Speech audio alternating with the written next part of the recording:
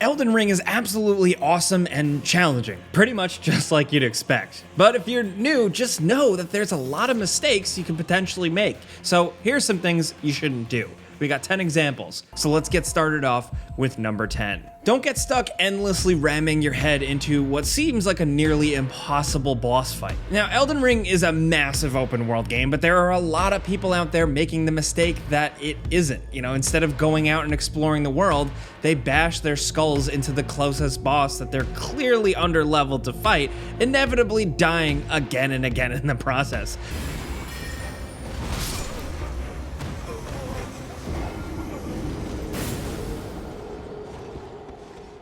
Maybe it's a matter of pride, gamer pride, I don't know, but some folks just cannot walk away and try again later. But that's what you should do. This isn't like some other Souls games where you're basically stuck if you can't beat a certain boss. In this game, you can easily go do something else, and there are probably a few much easier bosses nearby that you can take out instead and learn and grow stronger. Now, for some players, this is right at the start with the Tree Sentinel, that armored knight wandering around right outside the starting tomb, and for others, it's Margit, but either way, there's no reason to fight these guys if you're getting crushed by them. Seriously, just go do something else. Get a few levels and come back. Learn the ropes of the game a little bit. You don't want to immediately just hate the game. You don't want to die 40 times right at the start. Long story short, if you find yourself dying constantly to a boss, just remember that there's no shame in a tactical retreat. Now, next over at number 9, a lot of people make the mistake not to remove Baldachin's blessing. There's a mysterious character that says she'll grant you a boon if you let her hold you in the round table hold, like just a nice hug. And hearing that sounds like a good thing, right? What you felt light up inside you was a Baldachin's blessing. Though it is but a fleeting thing, I am afraid. Come back to me, should you require another. I will take you in my arms as often as you need.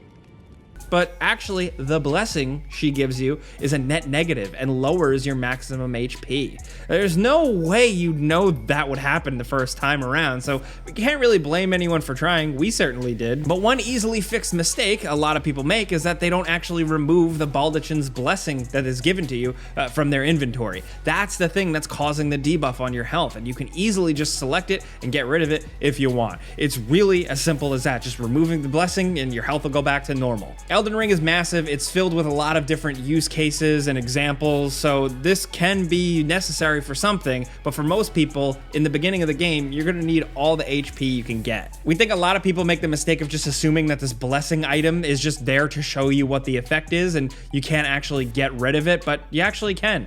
There's no additional steps or secrets you have to find to do it. Just select it, and it's gone. There you go. It's a really basic one, but it's a mistake a lot of people are making right now, including us. Now, next over at number 8, a mistake you can make is really just getting too hung up on character build stuff at the start.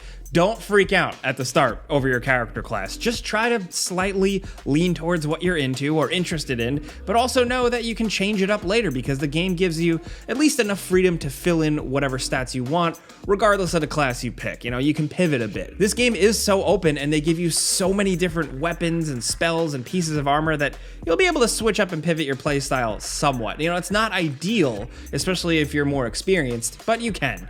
Hell, if you're not happy with your build, then you can even do a complete respec of your character. All you have to do is beat the Shard Bearer in Liurnia and you're all good, as long as you got the surprisingly common item that gets spent while respecking. The biggest thing though, the biggest mistake that we see made, don't try to become a jack of all trades here. Don't think you can just evenly distribute points in a little bit of everything. You can't quite do that here. You're gonna need to at least have a few stats at substantial levels to really get somewhere, especially if you're a first timer.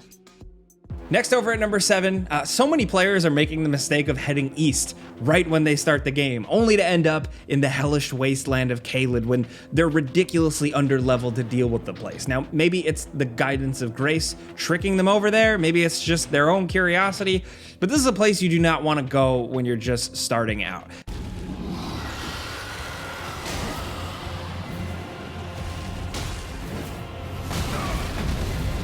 It's a nasty place to be in for most of the game. The enemies here can give you a lot of trouble, even if you're awesome. The freak crows don't care. They'll just kill you as easily either way, no matter what level of player you are. So don't just make the mistake of wandering into this place, and really don't make the mistake of thinking that this is the way the game expects you to go.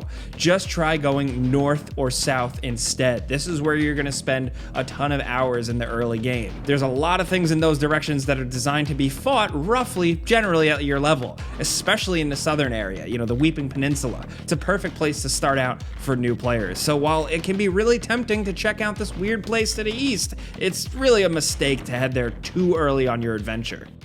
Now, next over at number 6, one mistake we've seen a lot of players make is that they just rush through areas, either on horseback or just by running past enemies to get to the Sites of Grace checkpoints. Now, it's a tempting mistake to make because many enemies are pretty easy to avoid, and some folks either get afraid of losing progress or just want to move through the game quickly, but that's only something you should do sometimes. Sometimes it can really be a mistake. Outside of the obvious problems that can happen with this, like being underleveled when fighting a boss, another big thing you might miss out if you rush through an area is all of the important items you can find along the way that's going to make your life that much better. You start the game with only one talisman slot, but the further you get, the more you unlock, and some of these things can be incredibly powerful and make certain fights much easier. Then there's new armor, weapons, even spirit ashes that you can find that make things much easier for yourself in the long run. Fully exploring a location, even if it's scary, will help you out a lot more than just rushing through it. Of course, we're not saying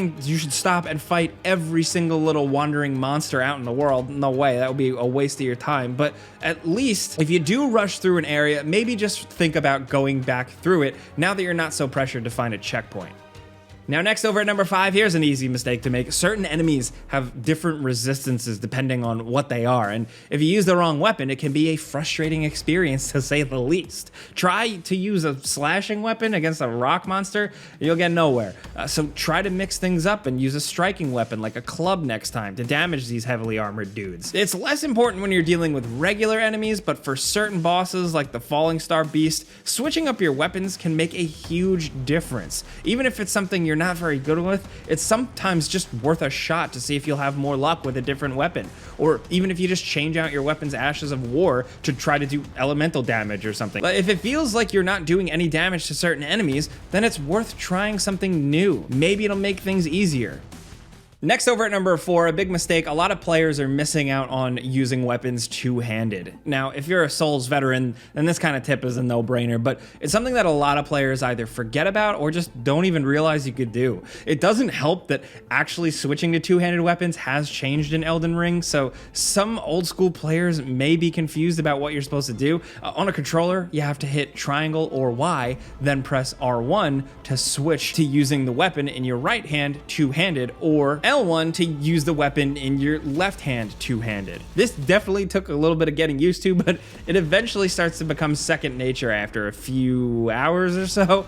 What's important about two-handing a weapon is that it increases the damage you do with it, and it also critically improves the amount of poise damage you do. Now, poise is a stat that governs if an enemy will flinch when hit, and eventually when they'll break, which allows you to hit them with a critical strike. Now, breaking an enemy's poise is one of the best ways to take them down. Hell, it even works on a lot of bosses, which can make them much easier. The downside, of course, is that you'll be short a shield to defend yourself or something else, so you'll take damage if you try and block with your sword, but that's why you have to get used to switching to two-handed and then back to one-handed on the fly, so you can do damage when you want while still having access to your shield when you really need it, or any other item. Just get used to swapping two hands in and out, especially if you're the type of build that caters to it. It'll take a little practice, but you'd be surprised just how much stronger it can make your attacks.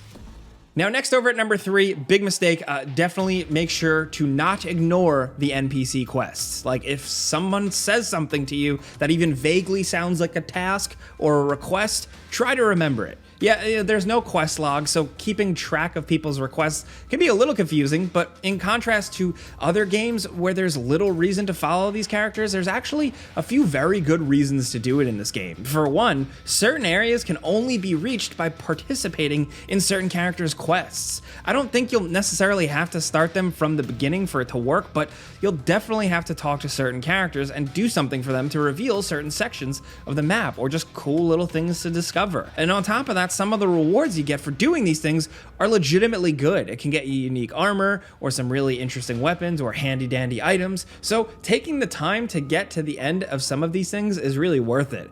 Here's another quick little tip for finishing certain quests. After going through all of a character's dialogue, always make sure to leave and come back to just see if they have anything else to say and click it again. You know, certain NPCs need to be talked to multiple times this way before their quest will actually advance. Yeah, it's a little awkward, but it can be seriously worth it depending on the character. And if you're really struggling with what to do for some character or another, just look up a guide online. We won't judge you here. We mentioned this a little bit in our previous tips style video, so check that out if you haven't yet.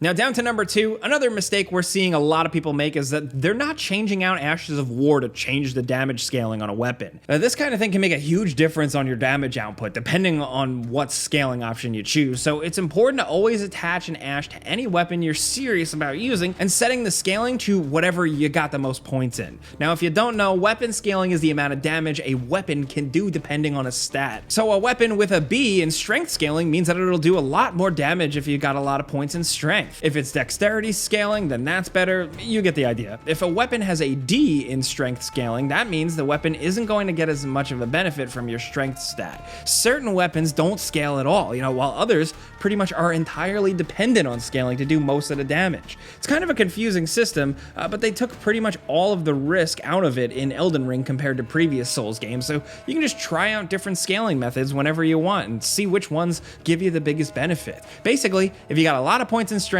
it makes sense to use a weapon with high strength scaling, while if you got a lot of points in dexterity, then you should use weapons with high dex scaling instead. It's not a hard and fast rule because certain weapons will probably just be better, but in general, if a weapon has a high rating scaling like an A or a B, then it'll be a lot stronger if you put your points into the affected stat. Now down to number 1, Spirit Ashes are an amazing tool that can turn certain crazy difficult encounters into things that are totally beatable. But there are a lot of people who don't quite understand what the deal is with these things, or maybe they just don't want to use them. For one thing, be sure to try to get the Spirit Summoner Bell at the starting church that has the merchant. If you don't ever go back to this place, you can easily miss out on it as it's given to you by the witch, who only shows up after you visited this place once already. Now once you've got this key item, all you have to do is equip a Spirit Ash in your quick select inventory and use it when this little symbol appears in the left side corner of the UI. Don't sleep on these things. They're a major game mechanic that seems like the game is somewhat designed around. There are certain bosses where it feels like the game expects you to use spirit summons. It's giving you the tools, so use them. Some of the stuff in this game can be overwhelmingly difficult, so if you're having a hard time, use them. Sure, there are some people online that may judge you and say you gotta be it the old-fashioned way with no help, but who cares? They put it in the game, they want you to use it, just make your own fun, man. If you're having a hard time, there's no shame in calling in some backup. There's no real penalty at all, so don't feel like you gotta be the cool guy who beats a boss on your own.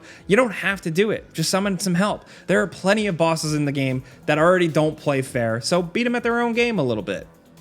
But those are some mistakes that we see people make in Elden Ring. Consider them kind of tips for beginners, really. We want to hear from you guys in the comments what you think. If this is your first game, or if you've played every single Souls game, if you got any tips, definitely leave them for people down in the comments, because people are certainly going to need them. If you enjoyed this video, though, and maybe it helped you out, clicking the like button's all you got to do. It really helps us out, and we appreciate it. But as always, thanks for watching. We'll see you guys next time.